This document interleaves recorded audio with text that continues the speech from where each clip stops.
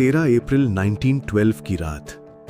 समुद्र बिल्कुल शांत था, आसमान साफ था और दुनिया का सबसे बड़ा जहाज, जिसे लोग अनसिंकेबल कहते थे, अपने पहले सफर पर था। लेकिन सिर्फ कुछ घंटों बाद हजारों लोग बर्फ जैसे ठंडे पानी में मदद के लिए चिल्ला रहे थे और इतिहास की सबसे भयानक समुद्री दुर्घटनाओं में से एक जन्म ले चुकी थी। सवाल यह है, क्या टाइटैनिक सिर्फ एक आइसबर्ग से टकराकर डूबा था या इसके पीछे छुपी थी ह्यूमन ईगो, बैड डिसीजन और कई ऐसी गलतियां जिन्हें रोका जा सकता था? आज हम जानेंगे टाइटैनिक आखिर क्यों डूबा, पूरा सच शुरुआत से अंत तक। दोस्तों, वेलकम टू टॉपिक लैब, जहां हम दुनिया के सबसे डीप और अनसॉल्व्ड मिस्ट्रीज को एक्सप्लोर करते हैं। 1900s की शुरुआत में दुनिया तेजी से बदल रही थी। नई टेक्नोलॉजी, बड़े बड़े बिल्डिंग्स और मॉडर्न इंजीनियरिंग का दौर शुरू हो चुका था। इसी समय एक कंपनी थी, व्हाइट स्टार लाइन। इस कंपनी ने फैसला किया कि वो दुनिया का सबसे लग्जूरियस और सबसे विशाल जहाज बनाएगी। और फिर जन्म हुआ RMS टाइटैनिक का। टाइटैनिक सिर्फ एक जहाज नहीं था, वो इंसानी इंजीनियरिंग का सिंबल था। लंबाई लगभग 882 फीट, ऊंचाई 17 मंजिला बिल्डिंग जितनी, अंदर swimming pool, gym, luxury dining halls, grand staircase और अनइमेजिनेबल लग्जरी। उस समय के लोगों के लिए टाइटैनिक भविष्य की झलक था। लोग कहते थे, God himself could not sink this ship. यहीं से शुरू हुआ सबसे बड़ा ओवर कॉन्फिडेंस।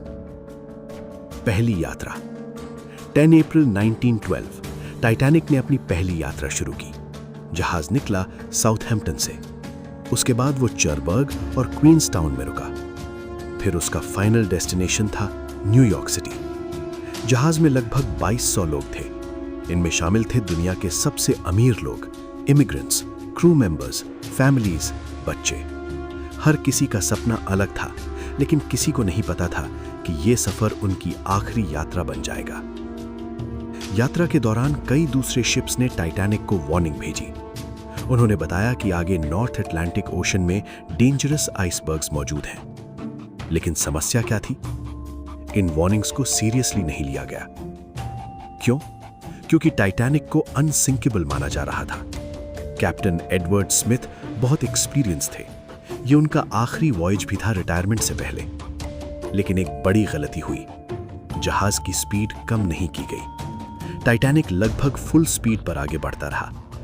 अब सोचिए, रात अंधेरी थी, समुद्र बेहद शांत था और आइसबर्ग को पहचानना मुश्किल था क्योंकि पानी की लहरें भी नहीं बन रही थी। यानी खतरा सामने था, लेकिन दिखाई नहीं दे रहा था। 14 अप्रैल 1912, रात लगभग 11:40 PM।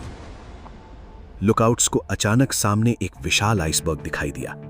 उन्होंने तुरंत बेल बजाई, आइसबर्ग राइट अहेड। ऑफिसर ने तुरंत जहाज को मोड़ने की कोशिश की, लेकिन टाइटैनिक बहुत बड़ा था। इतने विशाल जहाज को अचानक मोड़ना आसान नहीं था। कुछ ही सेकंड बाद टाइटैनिक आइसबर्ग से टकरा गया। टक्कर बहुत ज्यादा वायलेंट नहीं थी। कई पैसेंजर्स को लगा कि कुछ हुआ ही नहीं, लेकिन असली डैमेज जहाज की नीचे हो चुका था।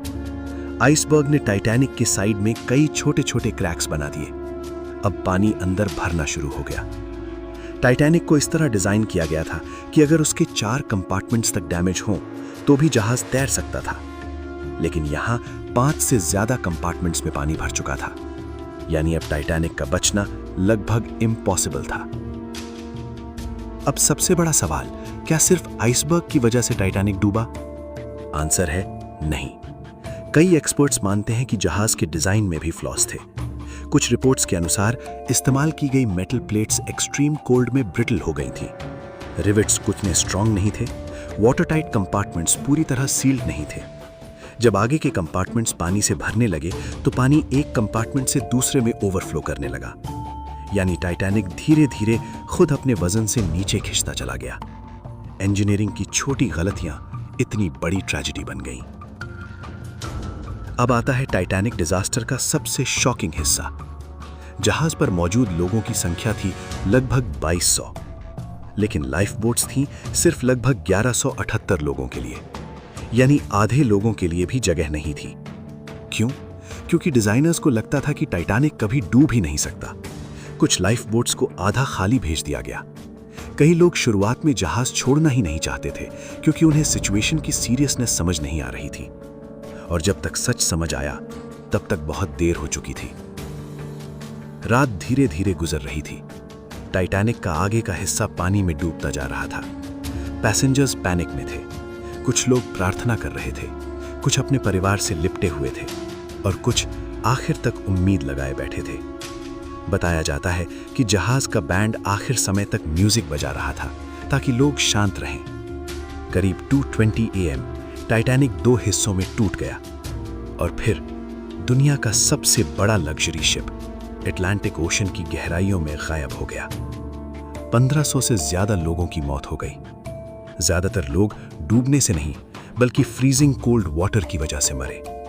नॉर्थ अटलांटिक का पानी इतना ठंडा था कि इंसान कुछ ही मिनटों में हाइपोथर्मिया का शिकार हो सकता था। कुछ घंटों बाद RMS कारपेथिया घटनास्थल पर पहुंचा, लेकिन तब तक बहुत देर हो चुकी थी। सिर्फ लगभग 700 लोग ही बच सके। पूरी दुनिया शॉक में थी। न्यूज़पेपर्स में सिर्फ टाइटैनिक की खबर थी। लोग बिलीव नहीं कर पा रहे थे कि अनसिंकेबल जहाज डूब चुका है।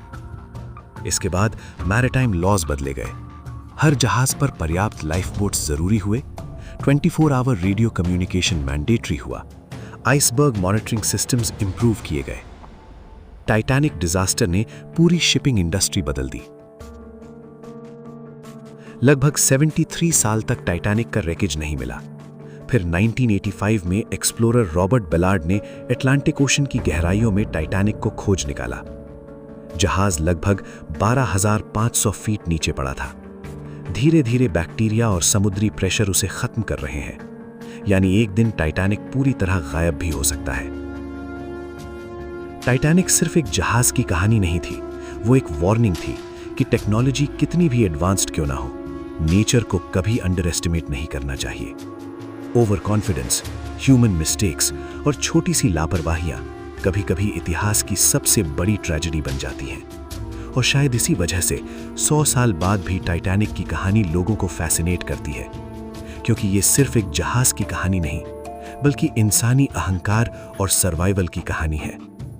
आपको क्या लगता है, टाइटैनिक डिजास्टर अवॉइड किया जा सकता था? कमेंट करके जरूर बताइए। अगर आपको ये वीडियो पसंद आया तो लाइक करें, शेयर करें और सब्सक्राइब करना ना भूलें टॉपिक लैब को, क्योंकि यहाँ हर मिस्ट्री के पीछे छुपी साइंस हम आपके लिए लेकर आते हैं। Thank you. मिलते हैं नेक्स्ट वीडियो में एक और मिस्ट्री के साथ।